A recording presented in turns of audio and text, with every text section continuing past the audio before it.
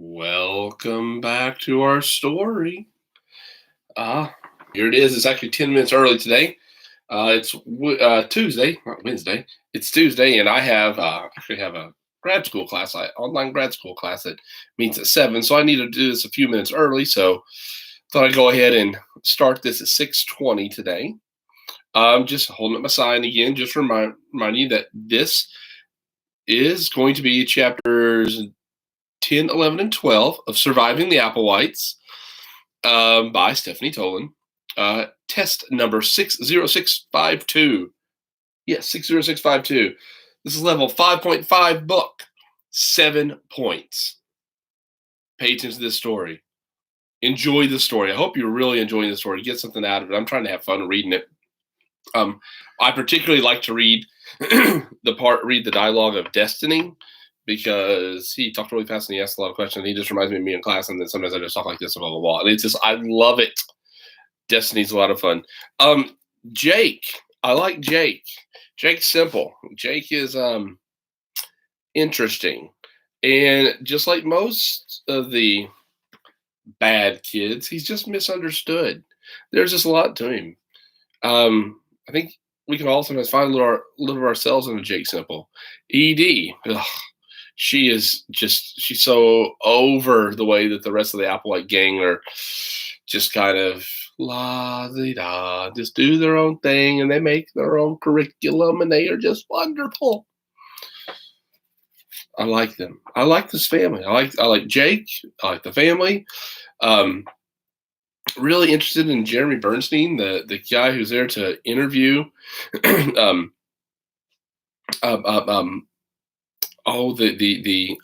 the mom, but the Destiny's mom. But I can't even think of her name now. Well, I'll get it here in just a second. But learned here's her name, should be right here. She had written it. It's it's in here. I'll get you to in a second. I can't believe I can't think of her name. Oh, Sybil. He's there to interview, thinking he was there just to interview Sybil, and then something happened, and he had that accident with Randolph, and all of a sudden he starts to meet everybody else. He's like, oh my gosh, how did I not know you're related to the Applewhites? Oh my goodness. And this Applewhite does this. Oh, and all the Applewhites are relatives. Oh my goodness. He's so amazed. But without any further ado, Surviving the Applewhites. Chapter 10. According to the alarm clock on his bedside table, it was 5:03 a.m. when Jake woke to the shrieking clatter of an electric coffee grinder. He buried his head under the pillow and turned over to go back to sleep. But now he was wide awake. He had to go to the bathroom. When he opened the door of his bedroom, he saw Archie, dressed in jogging clothes and bustling around the cottage's small kitchen area. Jake nodded in his direction, but didn't return Archie's greeting. How could anyone have that much good cheer at that hour in the morning? Lucille had called Archie a lark. True, nobody but birds was up at this hour. Or so he thought. He had just gone back to bed and was slipping happily into a dream about a spectacularly beautiful dancer in a purple leotard when something thundered across the room and landed on him like a mortar round. Knocking the breath out of him, he felt the covers being pulled off his head. You are so too awake. Uncle Archie said you was asleep. He said you didn't even wake up when you went to the bathroom before. You isn't asleep at all. You got your eyes open and everything. Groaning, Jake maneuvered so that Destiny's weight slid off his stomach and onto the edge of the bed. Then he pushed himself up to his elbows. The boy, dressed in pirate pajamas, did not stop talking. Your hair points is all messed and flat. I told you, nobody got hair that grows in points like you said. You got to do something to make it do that. I want to watch you do it. Can I watch? Can I? Huh? Can I? No, Jake said. Go away. I'm not ready to be awake yet. I'm not awake. are so. You got your eyes open and you're talking. Jake's awake. Jake's awake. Jake's awake. Go home. Don't you know you're not supposed to barge into somebody's bedroom without knocking? Destiny jumped off the bed, ran to the open door, and knocked on it. I knocked. Now do I get to watch you make your hair do points? Can I? Can I? Can I? Destiny, what did I tell you? Archie appeared in the doorway. He shook his head at Jake. You might as well get up. I could take him away, but he'll come back. Believe me, you're better off getting up now. And here's somebody who followed him forever. Winston came into the room, jumped heavily up onto Jake's bed, and licked him on the nose. Okay, I give up. The prospect of life at juvenile hall was beginning to seem tempting. Jake took a shower, listening to what seemed like 200 repetitions of Frere Jacques, which could be heard even over the sound of the water running.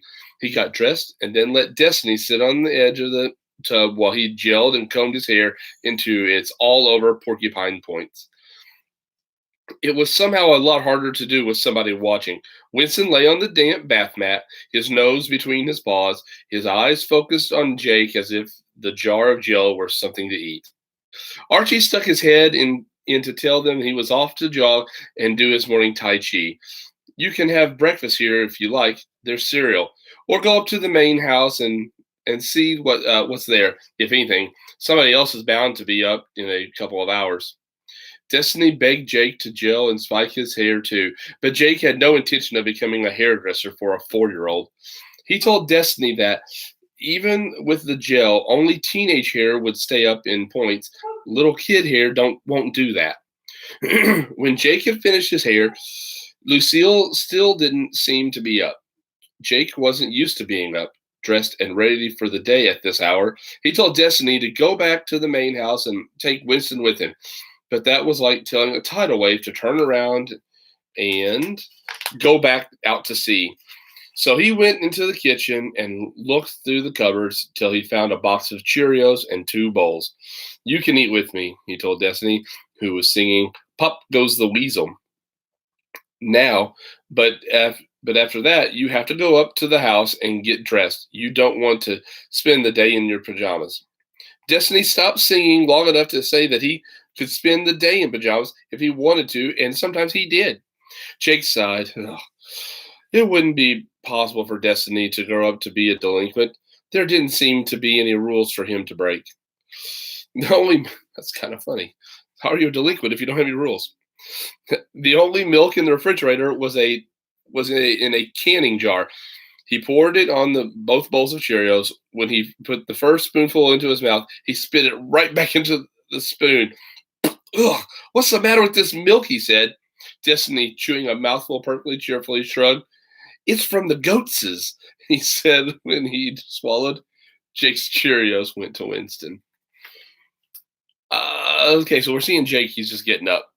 I think Jake is going to weigh like 13 pounds when he leaves here. I think he's going to lose a lot of weight because the food seems disgusting.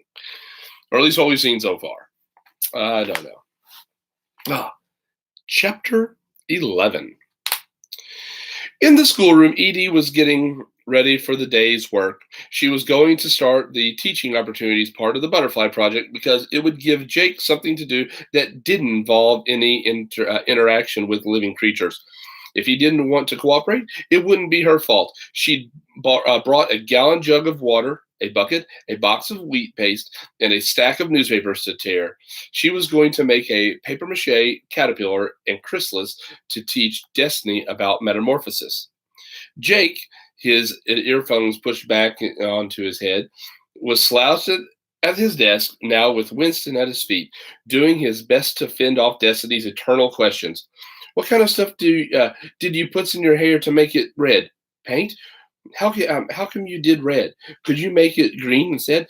Could you make it blue or purple or silver? Edie remembered a nature documentary she'd seen where a male lion was being tormented by a cub who bit his tail and pounced on his back and chewed on his ears. Eventually, the lion had swatted the cub with one huge paw and sent it tumbling. She hoped her father, who was the teacher on call today, would get here before Jake got fed up enough with Destiny to do any swatting. Her father was late. It was already almost 9:30. She was just pouring the water into the bucket when Randolph appeared in the schoolroom doorway in pajamas and slippers, his hair disheveled and his eyes screwed up against the daylight. "Awful night," he said. "Didn't get a wink of sleep." He peered at Jake. "We're supposed to be keeping an eye on you till you get adjusted, but you're just going to have to work on your own today. You do have something you can do, right?" Jake shrugged. Good, excellent." Randolph reached over and grabbed the earphones off Jake's head. Jake swore as Randolph pulled the wire loose from his Walkman, but Randolph paid no attention. "These things will make you deaf by the time you're 20. Randolph put the earphones around his neck and then rubbed his face with both hands and turned to ED. "The audition was a disaster, a raging disaster. You'd be amazed at how many stage mothers there are in a town the size of Traybridge. Unfortunately, none of the kids has a shred of talent. And the adults, I'm not insisting on a Julie Andrews or a Mary Martin, but it would be nice to have one or two people who can sing and act, preferably at the same time. I'll be on the phone all day, calling everyone who's ever directed a musical in this state, trying to locate some within driving distance, if possible. Thanks to Cordelia, I have to find a dance person, too. I gave her an opportunity to participate in what could be the best piece of musical theater ever produced in this country, or in this county, and she turned me down cold. How sharper than a serpent's tooth is an ungrateful child." He seems like he's a little overly dramatic. He started away and then turned back. "Where's that wretched little road menace who destroyed my car? And why hasn't the tow truck come to drag away that piece of junk he was driving? It looks like someone's had a demolition derby in our front yard." "He's in Dogwood Cottage," Edie said. "Grandpa said he could deal with his car today. He'd better have himself a first-rate lawyer if he wants to get out of this with a penny in his pocket." He left, muttering under his breath about reckless driving. Edie was starting to stir the wheat paste into the water when he put his head back through the doorway. "If you really need anything this morning, you can come and get me. If you really need it." He blinked at Jake once or twice. Independence. That's what the Creative Academy is all about. Independence. Remember that. Then he was gone. "I'll bet you never went to a school before where the teachers were too busy to hang out in the classroom with the students," Edie said to Jake. "He stole my earphones," Jake said. "He can't do that." "He already did." She turned to Destiny, who was talking about hair colors again. If no adult was going to protect the cub from the lion, she'd have to. "Destiny, you go find today's newspaper and bring it to me, and I'll set you up with your fingerprints when you get back." Destiny went off humming to himself, and Edie handed Jake her curriculum notebook. "I don't see how you're going to catch up with any of this, but if you aren't planning to go to juvenile hall, you might as well do something.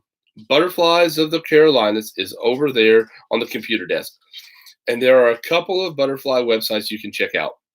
Jake set the notebook on his desk. "I can catch up whenever I feel like it. I never got expelled for being dumb." "That depends on how smart you think it was to land yourself here." She tossed him some newspapers. "If you don't want to read about butterflies, you can tear strips." "Tear strips?" "Newspaper strips," she explained about the papier-mâché caterpillar, about teaching opportunities. "What kind of caterpillar is it supposed to be?" He looked at the chart on the wall. "Better make it a great spangled fritillary, since you haven't caught one." "The caterpillar I'm making is a monarch," she said stiffly. "It has the prettiest chrysalis, but I will catch a fritillary." "Pretty sure of yourself." "I'll catch one." When Destiny brought back the paper, Edie spread it on the floor in the corner of the room and set him up with some huge pieces of shiny white paper, a bowl of water, and a box of fingerprints. Before she let him start, she buttoned a paint-smeared man's shirt onto him backward so that it hung like a dress from his chin to his ankles. He settled happily and began to work, smearing not only the paper, but the shirt, and sometimes his face with color. As he painted, he talked steadily to himself, to the paint, to the paper. When he wasn't talking, he was repeating nonsense syllables over and over again in a sort of sing-song chant. You get used to it, Edie told Jake. After a while, you won't notice him anymore, like the sound of a refrigerator turning on and off. Jake still slouched, began tearing strips of paper, and Edie started to work on the caterpillar. By the time she was finished, Jake was reading Butterflies of the Carolinas. She wiped her hands on her rag and told him she would take the caterpillar out in the sun to dry. Then I'm going to go catch a fritillary. Destiny was earnestly telling himself about the big orange tiger he was about to paint in the green jungle. You can keep an eye on Destiny. She took Jake's lack of response as agreement, grabbed the butterfly net, and left. There were no fritillaries in the meadow. There were only a couple of summer azures and an orange sulfur. It couldn't be getting too late in the season. It was only past the middle of September. She could feel her stomach getting more and more knotted as she pushed her way through the shoulder-high stalks of goldenrod. What if she didn't find a fritillary? She hated the idea of leaving the space in the butterfly project without a check mark. Worse, she told Jake she would catch the fritillary. She absolutely had to. She was just about to give up when an orange and beige butterfly of the right size flew out from behind a tulip tree and to the edge of the meadow. It landed on a spray of goldenrod. Its wings closed so that she couldn't see the markings. She crept closer, the net ready in her hand. As she was about to sweep the net to catch it, the butterfly opened up its wings and fluttered away. Edie bit her lip to keep from crying with disappointment. The markings were soft and brown, not black. It was a fritillary, all right, but not a great spangled. 3 different times she caught a variegated fritillary. She knew the difference by this time. Sweaty and furious, she stayed out a while longer, but finally she had to head back. She didn't want to leave Destiny with Jake for too long. As she got close to the house, she saw Jake coming from the direction of the dance studio. Winston was waddling along with him. Destiny wasn't with him. Beneath the sound of hammering that came from Hal's room, she could just make out the music of Cordelia's ballet. Jake must have been watching her again. You were supposed to be keeping an eye on Destiny, she told him as he joined her. Independence, he said. That's what the Creative Academy is all about. Destiny's only 4. A pretty independent 4, if you ask me. I told him I didn't think he was independent enough to finish the painting he was working on all by himself. He said he could prove he was, so I let him. It's never a good idea to leave Destiny alone. Didn't get your fritillary, huh? He was smirking at her. I'll get it, she said. When they got back to the schoolroom, Destiny greeted them at the door. Look at me! Look at me! His hair, slathered with wheat paste, stood up in clumps and tufts all over his head. See, Jake, little kid hair does so, too, stand up on points. When it's all dry, I'm going to paint it purple or green. I like green. Do you like green?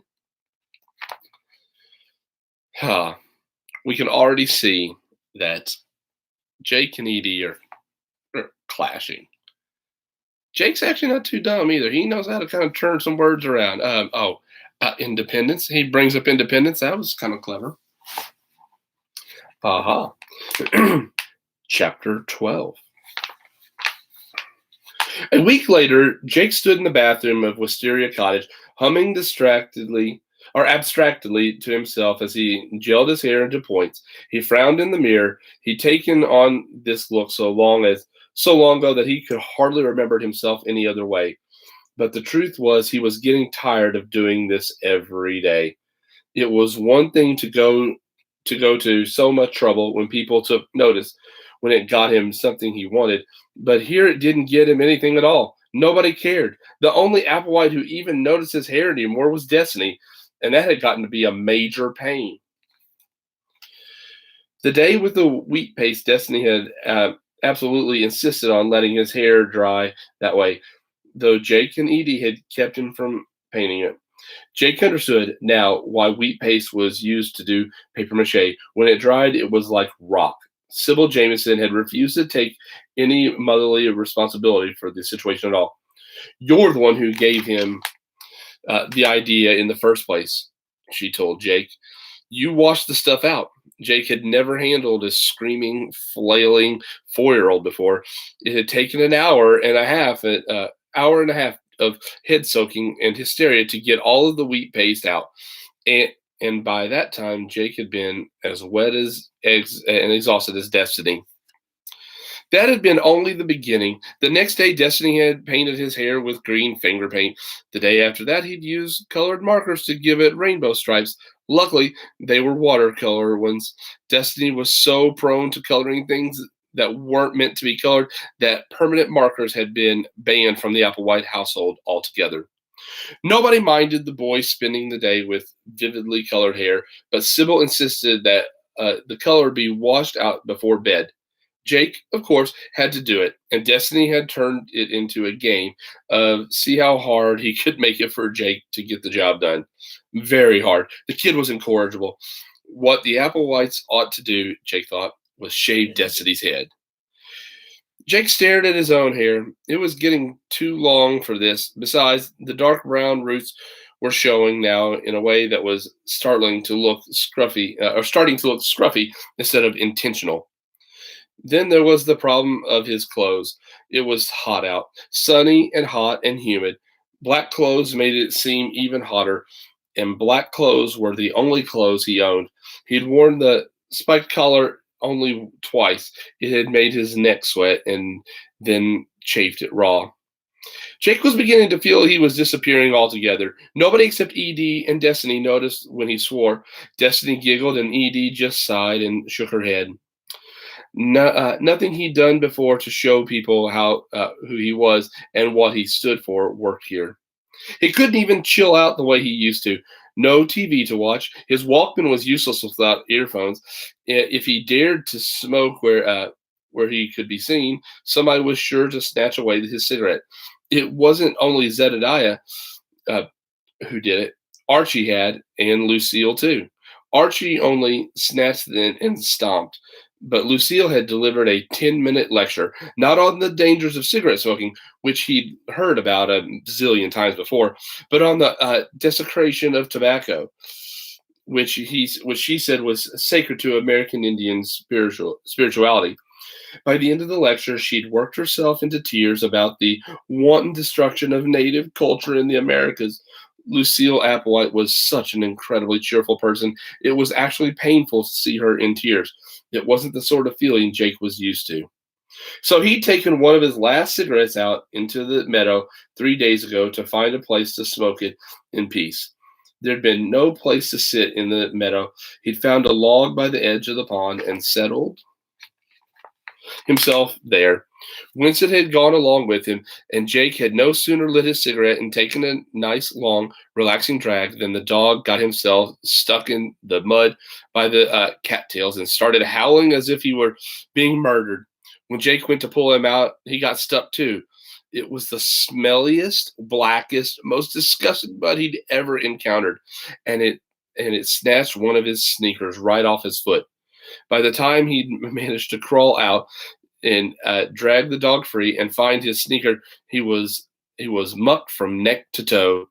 Later, he found two ticks on the back of his neck, their heads buried in his skin, sucking his blood. Archie had pulled them off with tweezers and assured him that he wasn't likely to get Rocky Mountain spotted fever, since the ticks hadn't been on him long enough. But the ordeal had wrecked the whole idea of sneaking off for a relaxing smoke. Apart from the pond incident, the dog was getting to be a real nuisance. Where Jake went, Winston went. He had abandoned the main house altogether and taken up residence in Wisteria Cottage, more specifically in Jake's room. Though Jake insisted the dog sleep on the lavender braided rug when he woke in the morning at the horrible pre-dawn hour when Archie ground his coffee before going out for his morning exercise, Winston was invariably lying alongside him, pinning him beneath the covers, snoring steadily and drooling on his pillow. He had to shove the dog off the bed if it had to get up if he had to get up and go to the bathroom. Now Jake finished his hair, stepped back, and tripped over Winston, who was lying behind him. The dog yelped and leaped to his feet so that Jake stumbled over him again, cracking his elbow on the sink and his knee on the toilet before he got his balance. He swore, "What's the matter with you, dog? Why can't you just leave me alone?" Winston stared up at him with those sad, droopy eyes and wagged his tail. The overwhelming impulse to boot the dog out into the hall vanished.